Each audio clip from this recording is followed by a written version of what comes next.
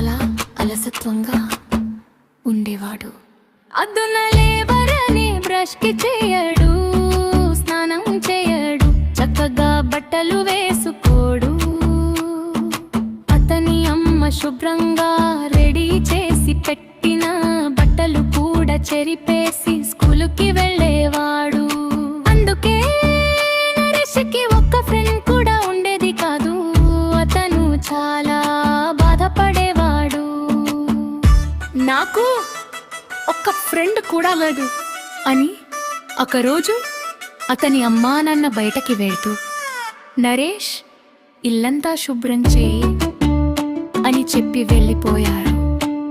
ఇంటిని చూసి నరేష్ అనుకున్నాడు, ఎవరైనా హెల్ప్ చేస్తే బాగుండేది. అప్పుడు ఒక్కసారిగా ఒక ఫెరీ పరి వచ్చింది. చెప్పింది, నేను ఇల్లంతా శుభ్రం చేస్తాను, నువ్వు బయటికి వెళ్ళి ఆడు. నరేష్ అన్నాడు, నాకు ఫ్రెండ్స్ లేరు. ఫెరీ నవ్వుతూ ఉంటారు, బయటకి వెళ్ళు, నీ ఫ్రెండ్స్ కనిపిస్తారు. నరేష్ బయటకి వెళ్ళాడు. మొదట ఒక పిట్ట కనిపించింది. నువ్వేనా నా ఫ్రెండ్ అని అడిగాడు. పిచ్చి చెప్పింది,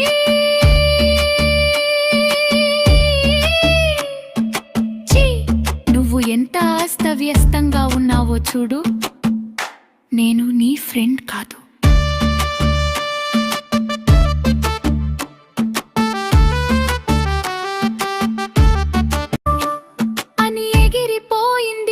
తర్వాత ఒక చిలుక వచ్చింది.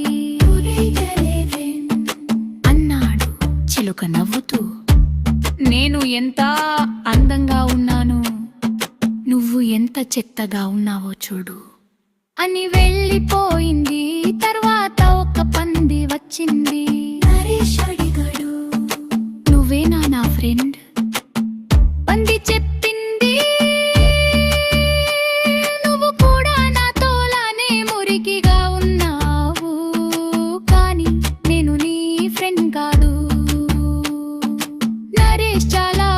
పడి ఇంట్లోకి వెళ్ళాడుతూ అక్కడ చూసేసరికి ఇల్లు మొత్తం శుభ్రంగా ఉంది. ఫరీ చిట్టింది, ఇప్పుడు అర్థమైందా?